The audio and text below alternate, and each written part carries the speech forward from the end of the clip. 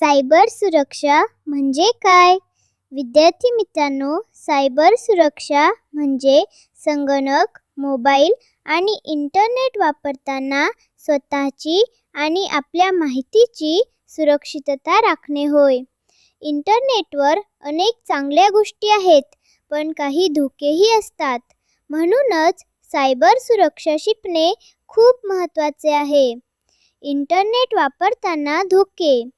Internet वापरताना काही धोके असू शकतात, जसे की फेक मेसेजेस, चुकीच्या लिंक्स, फसवणूक, अनोळखी लोकांशी संपर्क आणि वैयक्तिक माहिती चोरी जाणे.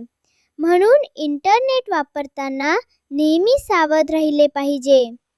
स्ट्रॉंग पासवर्ड वापरा. स्ट्रॉंग पासवर्ड म्हणजे मजबूत पासवर्ड.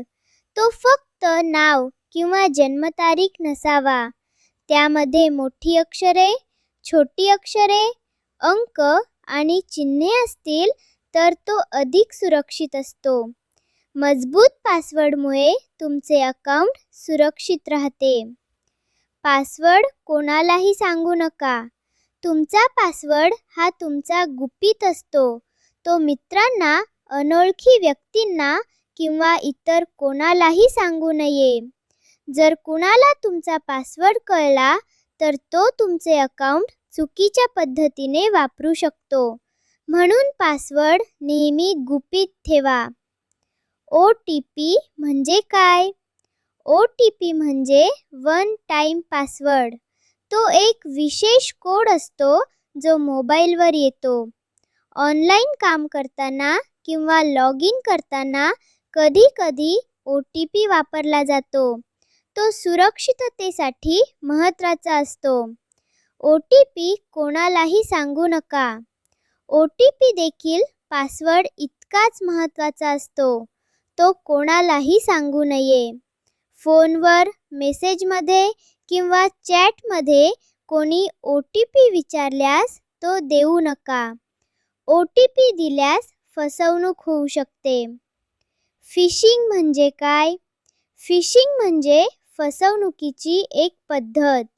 यामध्ये फेक ईमेल, फेक मेसेज किंवा फेक वेबसाईटच्या मदतीने लोकांकडून पासवर्ड, OTP किंवा वैयक्तिक माहिती मिळवण्याचा प्रयत्न केला जातो. म्हणून असे संदेश आले तर लगेच विश्वास ठेवू नका. फेक लिंकपासून सावध राहा. कधी-कधी इंटरनेटवर किंवा मेसेजमध्ये फेक लिंक येतात. अशा लिंक्सवर क्लिक केल्यास चुकीची वेबसाईट उघडू शकते. त्यामुळे माहिती चोरी जाऊ शकते किंवा डिव्हाइसला धोका निर्माण होऊ शकतो.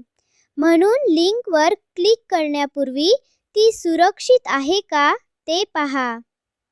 अनोळखी व्यक्तींशी काळजी.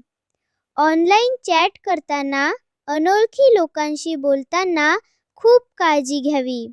तुमचे नाव, पत्ता, शाळेची माहिती, फोटो किंवा फोन नंबर देऊ नका. अनोळखी व्यक्तींवर लगेच विश्वास ठेवू नका. काही संशयास्पद वाटल्यास मोठ्यांना सांगा. पर्सनल इन्फॉर्मेशन सुरक्षित ठेवा.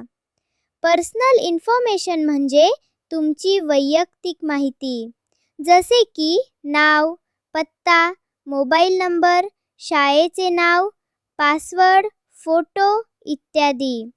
ही माहिती इंटरनेटवर कोणालाही सहज देऊ नये.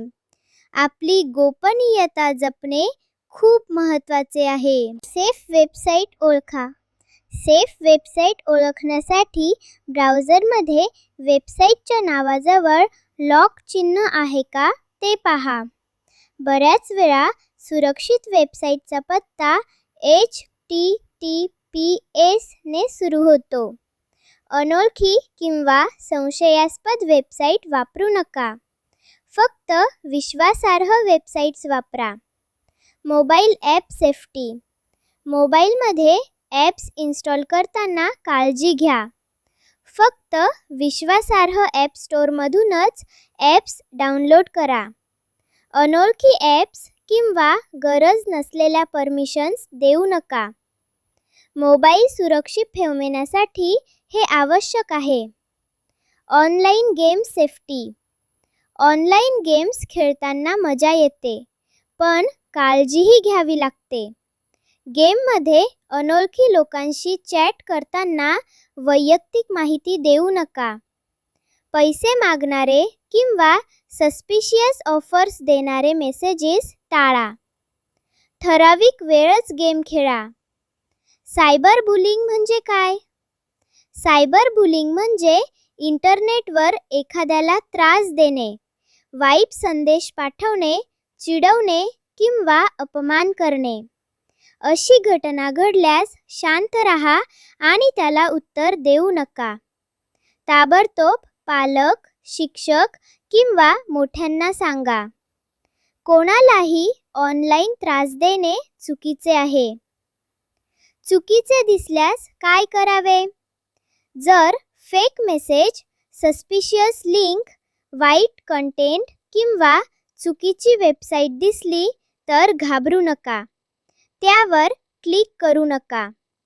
ताबडतोब स्क्रीन बंद करा किंवा मोठ्यांना दाखवा. वेळीच सावध राहणेच सुरक्षिततेचे लक्षण आहे. पालक आणि शिक्षकांची मदत घ्या.